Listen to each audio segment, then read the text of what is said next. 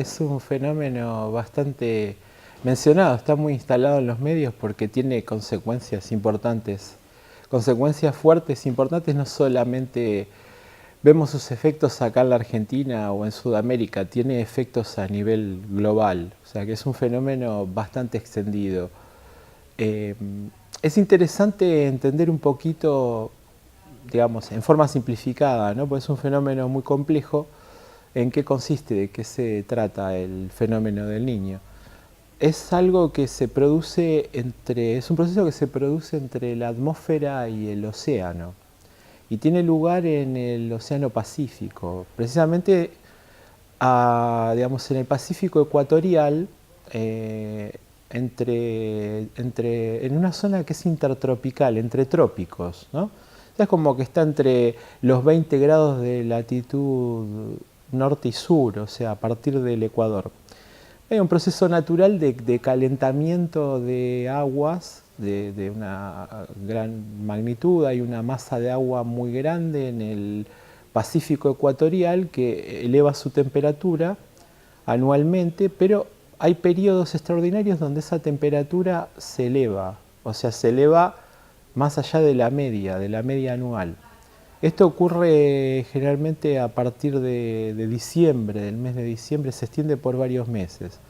Entonces hay eventos extraordinarios de calentamiento de agua del Pacífico que llevan la temperatura a un nivel superior al... tiene como un aumento de temperatura de entre 3 y 7 grados sobre la media. Y ocurre que hay unos vientos permanentes que soplan a la altura del Ecuador y entre los trópicos en torno a los 20 grados de latitud sur, que se llaman vientos alisios. Son vientos permanentes, es una célula convectiva, digamos, es un viento que recorre todo el Pacífico en sentido de América hacia Asia, digamos, de oeste a este. Este gran sistema atmosférico que se llama vientos alisios empuja estas masas de agua de temperatura elevada, normalmente las empuja hacia Australia, hacia el norte de Australia y hacia Indonesia, digamos lo que sería el sudeste del Asia, con lo cual ocurre que el agua de mayor temperatura que se encuentra en el océano Pacífico Central es empujada por los vientos alisios en forma permanente hacia Oriente, hacia Asia, hacia esa zona que está entre el norte de Australia e Indonesia, donde bueno, ahí se produce un fenómeno de transmisión de energía, digamos, hay un intercambio de energía muy grande entre el océano y la atmósfera, con lo cual la temperatura es alta, hay alta evaporación, hay altas precipitaciones, entonces se producen monzones, se producen lluvias, se produce todo un ambiente, digamos, climatológicamente hablando, un ambiente lluvioso, húmedo y de alta temperatura. Lo que ocurre del otro lado, cuando los vientos alisios soplan en forma regular y permanente hacia el lado de Asia, digamos, de la costa de Perú y de Chile hacia el Asia, hacia, digamos, Australia, Indonesia, lo que ocurre de este lado, del lado de la costa pacífica americana, sudamericana, es que al empujar esos vientos, al empujar esa masa de agua de mayor temperatura, en la costa del Pacífico sudamericana se produce un efecto que se llama de surgencia de aguas frías, porque toda la costa sudamericana, la costa del Pacífico, es recorrida por una corriente de agua fría que se llama corriente de Humboldt. Entonces, lo que da como resultado es que al haber este desplazamiento enorme de una masa muy grande de agua cálida en dirección al sudeste de Asia, norte de Australia e Indonesia, la corriente de Humboldt circula de sur a norte, como desde la Antártida hasta Centroamérica, con lo cual Sudamérica podríamos decir que toda la costa oeste, toda la costa del Pacífico sudamericana es una zona de temperatura, de aguas con temperaturas bajas, de agua fría, con lo cual la atmósfera que está sobre esa masa oceánica de Sudamérica es una atmósfera estable. Hay muy poca evaporación, hay muy poca precipitación, con lo cual es una zona que podríamos decir desértica con poca presencia de lluvias. Bien, hasta acá esto es el ciclo normal del Pacífico, tanto en la costa americana de Perú, de Chile, de Ecuador, como del lado asiático, digamos, en relación a lo que es el norte de Australia, Indonesia, sudeste del Asia, hasta la India inclusive. Esa es la situación normal. ¿Qué pasa cuando se produce una anomalía que denominamos fenómeno del Niño? Bueno, esto ocurre es un fenómeno regular, pero no es muy fácil de predecir. Y la recurrencia puede ser entre 3 y 7 años.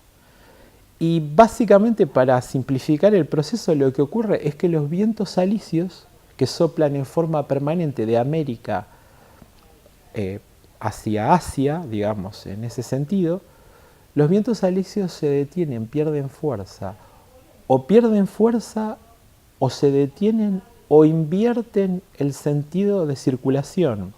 O sea, esa gran celda, digamos, de circulación de aire permanente que va de América para el continente asiático, se detiene o comienza a volverse más lenta. Y el problema es que en algunos momentos invierte su sentido de circulación, con lo cual toda esa masa de agua cálida, de alta temperatura, que se genera en el Pacífico Central, a la altura del Ecuador y un poco más al sur, a los 20 grados, a la zona subtropical y tropical del Pacífico, en vez de circular en sentido del sudeste del Asia, de Indonesia, de Australia, empieza a circular en el sentido inverso, con lo cual circula hacia el lado de la costa americana, hacia el lado de Sudamérica, con lo cual esa masa de agua, al desplazarse hacia la costa sudamericana del Pacífico, desplaza la corriente Humboldt, la bloquea. La corriente Humboldt, que aporta agua fría, agua con muy baja temperatura, en promedio 4, 5, 6 grados centígrados, digamos, al invadir esta masa de agua caliente, de agua más cálida, que tiene, como comentaba, entre 3 y 7 grados más que el promedio de temperatura habitual, produce una invasión, una masa de agua de mayor temperatura, aumenta la evaporación, con lo cual al aumentar la evaporación aumentan las precipitaciones. Y esto trae una alteración prácticamente global del clima, porque donde no hay lluvias, donde son zonas áridas, empieza a haber humedad, evaporación, nubosidad y grandes precipitaciones, muy grandes. Y en los lugares donde en Asia, por ejemplo, Indonesia, sudeste de Asia, partes de la India, incluso Sudáfrica, que son zonas más húmedas y más lluviosas, empieza a transformarse el clima en clima árido, deja de llover. Con lo cual esto tiene unos impactos muy grandes, muy grandes. Si nos remitimos a Sudamérica, tiene la doble condición de producir precipitaciones muy grandes en lugares áridos y de convertir en lugares secos los lugares que habitualmente son lluviosos y húmedos. Entonces, ¿qué pasa en Sudamérica? En Sudamérica, al aumentar la humedad, al aumentar la nubosidad y la precipitación, empieza a llover extraordinariamente. Esto empieza a partir de diciembre, puede durar entre 7 y 15 meses, también la duración del fenómeno es variable, y empieza a llover en lugares como, por ejemplo, la costa de Ecuador, en Perú, la costa de Perú. Eso ocurre aproximadamente en diciembre, enero, inmediatamente cuando se empieza a dar el fenómeno. A partir del mes de marzo, abril, empieza a ocurrir, marzo, abril, mayo, empieza a ocurrir lo mismo en el norte de Chile, después en el centro de Chile, y después este fenómeno termina impactando más o menos en primavera, finales del invierno y durante toda la primavera, hacia el océano Atlántico, con lo cual afecta al norte de Argentina, la zona central de Argentina, o sea, el NEA, el NOA, la región central, Uruguay, sur de Brasil, Paraguay, Bolivia, con lo cual se dan precipitaciones extraordinarias, sumamente grandes que afectan, bueno, la infraestructura, afectan poblaciones, producen aludes, bueno, con todas las consecuencias que tienen estos fenómenos.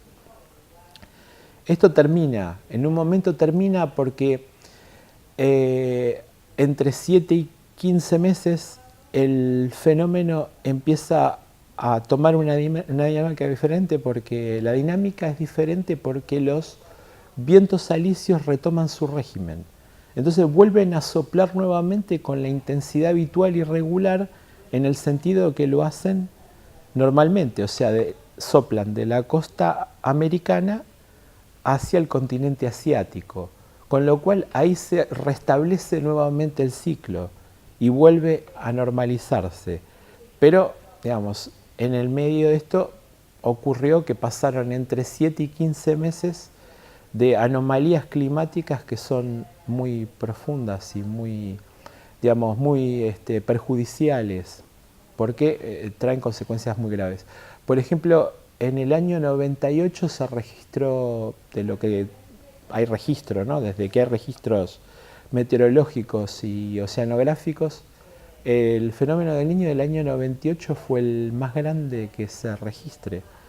Y es difícil predecir, y bueno, por los pronósticos que había para este año, el 2015 también iba a ser un año muy intenso en relación al fenómeno del Niño.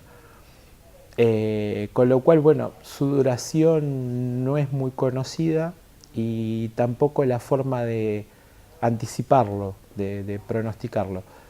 Es un fenómeno, como lo comenté al principio, es un fenómeno de carácter global y que involucra por igual a la atmósfera y al océano. Y su impacto, digamos, puede verse prácticamente en todo el planeta o en una gran parte del planeta, y se manifiesta de esa manera, con extremos de sequías y de grandes lluvias.